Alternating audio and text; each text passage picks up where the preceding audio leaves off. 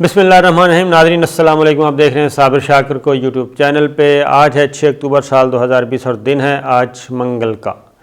آج کی ویڈیو ذرا مختلف ہے، اس لیے دعا کے ساتھ شروع کر رہا ہوں۔ رب اشرح لی صدری ویسر لی امری واحلل عقدۃ من لسانی یفقہوا قولی۔ یہ ویڈیو ہے جناب، یورپ میں اسلام کو پھیلنے سے روکو۔ اسلام سے خطرہ ہے یورپ کو، اور مسلمانوں سے خطرہ ہو گیا ہے یورپ کو۔ اور پھر یورپ میں بھی سب سے بڑا تگڑا ملک یورپی یونین کا، یورپ کا، وہ ہے فرانس۔ فرانس کو جناب سب سے ہی خطرہ ہو گیا ہے، مسلمانوں سے خطرہ ہو گیا ہے۔ یہ ہم نہیں کہہ رہے، یہ فرانس کے صدر میکرون نے اعلان کیا ہے۔ پہلے تو یہ بتا دوں کہ فرانس کی اس وقت کل آبادی تقریباً 6 کروڑ ہے، اور 60 لاکھ وہاں پہ مسلمان ہیں، یعنی آبادی کا 10%۔ 90% جو ہیں وہ دیگر مذہب کے لوگ ہیں، اور دیگر مذہب سے مراد زیادہ تر مسیحی برادری، عیسائی موجود ہیں جی۔ 60 لاکھ مسلمان اور 6 کروڑ ٹوٹل آبادی۔ تو اس سے ایک تو تناسب کا آپ اندازہ کر لیں۔ اب یہ ذہن میں رکھیے کہ پوری دنیا میں جہاں بھی جو کچھ بھی ہو رہا ہے، اس کے پیچھے مذہب ہی ہے۔ یہ صرف ہمارے ہاں کہا جاتا ہے کہ جناب مذہب کا نام نہ لیں، اور مذہب کو چھپانے کی کوشش کی جاتی ہے۔ پھر یہاں کہا جاتا ہے پولیٹکس کو، سیاست کو دین سے الگ کر دیں۔ سیاست الگ چیز ہے، دین الگ چیز ہے۔ دین کو کہا جاتا ہے یہ انفرادی معاملہ ہے، اور سیاست کو کہا جاتا ہے یہ ایک سیاسی مسئلہ ہے۔ تو یہ کہا جاتا ہے، لیکن ہر چیز کے پیچھے جو چیز ہے وہ دین ہی ہے، مذہب ہے۔ عیسائی مذہب ہے، یہودی مذہب ہے، اسلام ہے، ہندو ہے، یہ سارے مذہب ہیں، اور پیچھے جو چیز ہے ایک دوسرے کو آگے پیچھے کھینچا تانی کرنے کی اور غلبہ حاصل کرنے کی، وہ مذہب کی بنیاد پہ ہی ہے۔ وہ پریزیڈنٹ ٹرمپ ہوں، وہ اگر چرچ سے اپنی الیکشن کمپین کا، گرجا گھر سے، چرچ سے اپنی الیکشن کمپین کا آغاز کرتے ہیں تو کوئی اعتراض نہیں کرتا۔ اگر نریندر مودی مندر جاتے ہیں تو کوئی اعتراض نہیں کرتا، پوجا پاٹ کرتے ہیں کوئی اعتراض نہیں کرتا۔ لیکن مسلمانوں سے یہ کہا جاتا ہے، اگر مسلمان ایسا کرتے ہیں، مسجد میں جاتے ہیں، مسجد سے اپنی ابتدا کرتے ہیں اور نماز پڑھتے ہیں، تو انہیں کہا جاتا ہے یہ انتہا پسند ہے۔ یہ ساری چیزیں اس لیے میں کہہ رہا ہوں کہ اب فرانس کے صدر نے جناب میکرون نے کہا ہے کہ فرانس میں 60 لاکھ مسلمان الگ معاشرہ تشکیل دینا چاہتے ہیں، الگ معاشرہ تشکیل دینا چاہتے ہیں۔ انہیں روکنے کے لیے سخت قوانین وضع کیے جانے چاہیے۔ میں اس لیے اس کی آپ کو پوری بتا رہا ہوں کہ کافی مسائل پیدا ہوئے ہیں، اسلام پھیل رہا ہے، خطرہ۔ اور میکرون نے اپنا 4 نکاتی پلان بھی پیش کر دیا جی۔ 4 نکاتی پلان میں کیا فرماتے ہیں وہ؟ انہوں نے کہا ہے کہ فرانسیسی مسلمانوں نے میکرون کے پلان کو، منصوبے کو کریک ڈاؤن قرار دیا ہے۔ اب یہ مسلمانوں کو کیا کہنا ہے، نسل کشی کہہ لیں آپ، ان کو پیچھے دھکیلنے کی کوشش، اور ایک باقاعدہ طور پہ انہوں نے تقریب سے خطاب فرمایا، اور انہوں نے کہا کہ یہ ہم جو مسلمان ہیں، فرانسیسی مسلمان، یہ علیحدگی پسند ہیں۔ حالانکہ کسی وہاں پہ کوئی تنظیم نہیں ہے جنہوں نے فرانس سے علیحدگی کا اعلان کیا ہو، لیکن اندر کا خوف ہوتا ہے۔ اور کیا ہے جناب، مسلمان علیحدگی پسند ہیں، اور 4 نکاتی ایجنڈا پیش کر دیا، جس کے تحت جناب کیا ہے، غیر ملکی اماموں اور مسجد کی فنڈنگ کے ساتھ ساتھ گھر پر تعلیم و تربیت پر بھی پابندی لگانے کی تجویز دی گئی ہے۔ اور فرانسیسی مسلمانوں نے میکرون کے منصوبے پر شدید رد عمل کا اظہار کیا ہے، اور انہوں نے کہا ہے کہ یہ ایک امتیازی قانون ہے مسلمانوں کے خلاف، اور نیا قانون پاس ہونے کی صورت میں مسلمان خواتین گھر سے باہر حجاب نہیں لے سکیں گی، جبکہ کئی دیگر مذہبی عقائد پر بھی قدغن لگ جائے گی۔ اس کے بعد مزید فرماتے ہیں فرانس کے صدر، وہ ذرا سنیے، میں آپ کو بتا رہا ہوں، غور سے چیزیں سننے والی ہیں، کہ اسلامی دنیا میں جی اسلام دنیا میں بحران سے دوچار ہے۔ اسلام دنیا سے بحران سے دوچار نہیں ہے جناب، اس کو بحران میں دھکیلا جاتا ہے۔ اور آپ کے ہمارے سامنے مثالیں ہیں۔ عراق بہت خوشحال ملک تھا، اس میں اس کو کس نے اس پہ جنگ مسلط کی، لیبیا کو کس نے تباہ کیا، مصر کو کس نے کیا، شام میں کون کر رہا ہے، پیچھے یہ سب کچھ کیا ہو رہا ہے، مقبوضہ کشمیر میں کیا ہو رہا ہے، فلسطین میں کیا ہو رہا ہے، اسرائیل میں کیا ہو رہا ہے، لبنان میں کیا ہو رہا ہے، یہ سارے پیچھے کون ہیں؟ یہ انٹائی مسلم جی، مسلمانوں کے مخالف یہ ساری تحریکیں ہیں، اور ان کو بظاہر کوئی جمہوریت کا نام دے دیا جاتا ہے، کبھی کسی چیز کا نام دیا جاتا ہے، لیکن پیچھے تو اصل لڑائی جو ہے وہ تو وہی ہے۔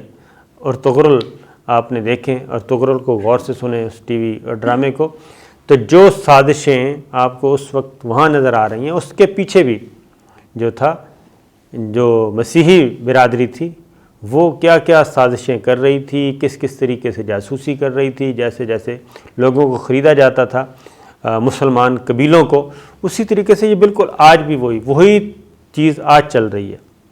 اب فرانس کہنے کو تو جی بڑا تگڑا ملک ہے، اور یہ کہتے ہیں کہ جی مغرب بہت مضبوط ملک ہے، اس کا کلچر مضبوط ہے، اس کا یہ مضبوط ہے، اس کی اکانومی مضبوط ہے، لیکن 6 کروڑ کی آبادی کا ایک تگڑا ملک جس کو سلامتی کونسل میں ویٹو پاور حاصل ہے جی اس کو، اور یورپ کا میرا خیال ہے واحد ملک ہے جس کو ویٹو پاور حاصل ہے۔ برطانیہ یورپ سے نکل چکا ہے، امریکہ ہے، روس ہے، چائنا ہے، فرانس ہے، ان ملکوں کو ویٹو پاور حاصل ہے۔ تو اس سے آپ اندازہ کر سکتے ہیں کہ روس کے فرانس کے صدر کو کیا خوفزدہ ہے۔ اب وہاں پہ کیا ایشو ہے جی؟ فرانس میں ایک تو خواتین کے حجاب پہننے پہ پابندی نجی شعبے میں بھی لاگو کر دی گئی ہے کہ اب اگلے سال سے تمام بچوں کے اسکول جی لازمی ہوں گے، گھر میں کوئی نہیں پڑھائے گا، یعنی وہ کہہ رہے ہیں کہ مسلمان اپنا کلچر فروغ دے رہے ہیں، مسلمانوں کا یہ مسلمان نہیں دے رہے۔ وہاں پہ اصل میں اسٹڈی یہ ہے کہ وہاں پہ تیزی سے دین پھیل رہا ہے، اسلام پھیل رہا ہے۔ یہاں کے ہم چونکہ ایک آزاد شہری ہیں جی پاکستان، اور یہاں کے لوگوں کو آپ قیاس نہ کریں، لیکن جہاں پہ مسلمان منورٹی میں ہیں اور اپنی ایک کمیونٹی کو مضبوط کیا ہوا ہے، وہاں پہ واقعتاً وہ بہت تگڑے ہیں، اور اپنا ان کا ایک کردار ہے اور وہ کر رہے ہیں۔ اور اس کی ریزن پھر ایک اور میں بات بتا دوں کہ خوف ان کو جو ہے حضور اکرم صلی اللہ علیہ وسلم کے بارے میں یہ کوئی نہ کوئی متنازع چیز، کوئی نہ کوئی ایسی قابل نفرت نعوذ باللہ کرتے رہتے ہیں، اور اس پہ ریئیکشن آتا ہے۔ جب ریئیکشن آتا ہے تو یہ کہتے ہیں یہ تو ہمیں جناب ہماری آزادیاں ہیں، جمہوری آزادیاں ہیں، شخصی آزادیاں ہیں، اور ان کو ہم نہیں کریں گے۔ لیکن دوسری جانب اب جو فرانس کرنے جا رہا ہے وہ ہے امتیازی قوانین بنا رہا ہے، اور امتیازی قوانین بنا کے مسلمانوں کو ٹائٹ کرے گا، اور ایسے قوانین بنا رہا ہے کہ جس سے صرف اور صرف مسلمان ہٹ ہوں گے اور کوئی نہیں ہٹ ہوگا۔ اور اب تک جو وہاں پہ جتنے بھی حرکتیں ہو چکی ہیں، اور وہ حرکتیں ہیں جناب، ایک اور بات بھی بتا دوں آپ کو کہ فرانس کیا کر رہا ہے۔ فرانس ہر اس جگہ پہ کھڑا ہوتا ہے جہاں پہ جو بھی مسلمانوں کے اگینسٹ ہے۔ فرانس ہی ہے جناب جس نے رافیل دیے انڈیا کو، اور فرانس ہی ہے ویسے یہ بہت انسانی حقوق کی باتیں کرتے ہیں۔ مقبوضہ کشمیر کا معاملہ سلامتی کونسل میں گیا، 3 دفعہ گیا، اور تینوں دفعہ گو کہ فرانس کے پیچھے امریکہ تھا، اور امریکہ نے کہا کہ ہم نے نہیں آنا، آپ ویٹو کر دیں، تو فرانس جو ہے وہ ہرڈل کریٹ کر رہا ہے مقبوضہ کشمیر میں بھی۔ اس کے بعد لیبیا میں ترکی میدان میں اترا ہے، تو لیبیا میں بھی ادھر بھی ترکی نے چیلنج کیا ہے، فرانس ترکی کے مقابلے میں آیا۔ ادھر آپ دیکھ لیں آرمینیا، آذربائیجان، ادھر بھی یہ آرمینیا کو سپورٹ کر رہا ہے اور آذربائیجان کو اپوز کر رہا ہے، اور وہاں بھی اس کا پلڑا اس طرف ہے۔ یہی چیز اب مقابلے میں دیکھیں کہ ان کو خوف کیا ہے۔ خوف یہ ہے جناب کہ طیب اردوان نے ایک تقریر کی ہے 27ویں سیشن پر پارلیمنٹ سے خطاب کیا، بڑا جاندار خطاب ہے، آپ بھی ذرا سنیں۔ انہوں نے کہا جی عثمانی دور زندہ ہوگا، اور مقبوضہ بیت المقدس جو ہے وہ ہمارا شہر ہے، اور یہ ہمیں واپس ملے گا اور ہم اس کو واپس لیں گے۔ انہوں نے کہا جی پابندیوں کے بعد نیا دور شروع ہونے والا ہے، یعنی وہ پابندیاں جو ابھی 2-3 سال بعد ختم ہو جائیں گی۔ 100 سالہ معاہدہ ختم ہو جائے گا ترکی کا اور ترکی پابندیوں سے آزاد ہوگا، تو وہ کہتے ہیں کہ مقبوضہ بیت المقدس ہمارا شہر ہے، ممکن ہے عثمانی مزاحمت کا دور پھر زندہ ہو۔ اسی طریقے سے انہوں نے کہا ہے کہ جناب عالمی فورسز پر انہوں نے کہا کہ فلسطینی قوم اور دنیا بھر سے مظلوم مسلمانوں کے لیے آواز بلند کرنے پر انہوں نے کہا ہمیں فخر ہے۔ اور خاص طور پہ انہوں نے ایک بات کی ہے جناب، اور وہ ہے فرانس کو انہوں نے بالکل کھلے عام للکارا ہے، لیکن پہلے ان کی یہ بات غور سے سنیں۔ انہوں نے کہا ہے کہ صوفیہ کے بعد ہماری اگلی منزل مسجد اقصیٰ ہے، اور جنگ عظیم اول میں جس شہر کو ہم آبدیدہ نگاہوں سے چھوڑنے پر مجبور ہو گئے تھے، اس شہر یعنی بیت المقدس میں آج بھی سلطنت عثمانیہ کی مزاحمت کے آثار موجود ہیں۔ یعنی بیت المقدس ہمارا شہر ہے، ہم میں سے ہے، ہر فورم پر مظلوم فلسطینی عوام کے حقوق کا دفاع ملک ملت کے حوالے سے ہمارے لیے باعث افتخار ہوگا۔ پھر انہوں نے یہ بھی کہا کہ جناب قبرص اور آذربائیجان سے لے کر بالکان اور شمالی افریقہ تک ہر جگہ ہمارے بھائیوں کی حامی و مددگار ترکی قومی اسمبلی نے ثابت کر دیا ہے کہ وہ صرف اپنی ملت ہی نہیں، اپنے تمام دوستوں کے لیے امید کی کرن ہے۔ اور انہوں نے کہا جی ترکی کے لیے ہمارے آذربائیجان کے نام وہ حکومتوں اور واحد ملت کی حیثیت رکھتے ہیں، تمام امکانات اور پورے قلبی خلوص کے ساتھ اپنے بھائیوں کے ساتھ تعاون جاری رکھیں گے۔ تو یہ وہ چیزیں ہیں۔ پھر انہوں نے فرانس کو چیلنج کیا، کیونکہ ترکی مسلسل فرانس کو چیلنج کر رہا ہے، اور جب ترکی میدان میں آتا ہے تو پھر مسلمانوں کو ایک حوصلہ ملتا ہے جی، ایک ہی لیڈر ہوتا ہے اور اس سے حوصلہ ملتا ہے۔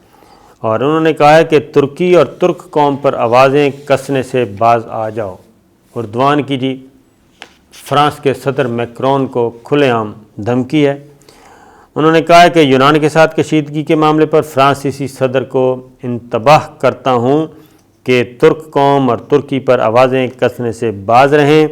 اور انہوں نے ایک اور بات بھی کی، وہ بڑی امپورٹنٹ ہے جی، کہ میری ذات پر انگلیاں اٹھانے سے پرہیز کرو، تم تاریخ کی معلومات سے بھی عاری ہو اور تمہیں اپنے ملک کی تاریخ سے بھی واقفیت نہیں ہے۔